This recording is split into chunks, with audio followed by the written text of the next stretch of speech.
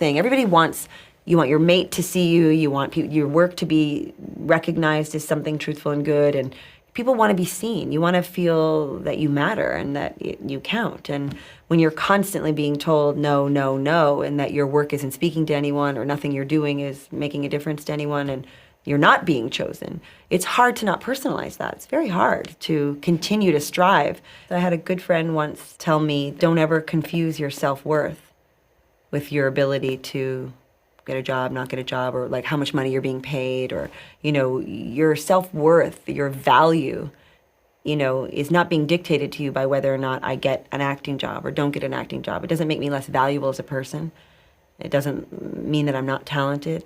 I have been in this situation now where at least a handful of times where someone has come in and been so incredibly fantastic, but not right for the part.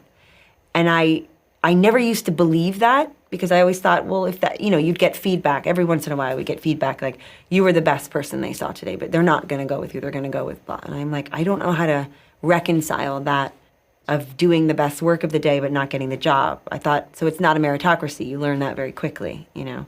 It's a business. It's really a business. And the most talented people don't always get to do the things that they should get to do. Right. So I think if there's a way you can learn that I'm still the same actress I was when I wasn't getting hired. Had nothing ever happened for me the way it's happened for me, wouldn't mean that I weren't of value and that I didn't have something to contribute artistically. Even if I had to do it in my basement or make my, you know, movie on my iPhone or, you know, I don't know what.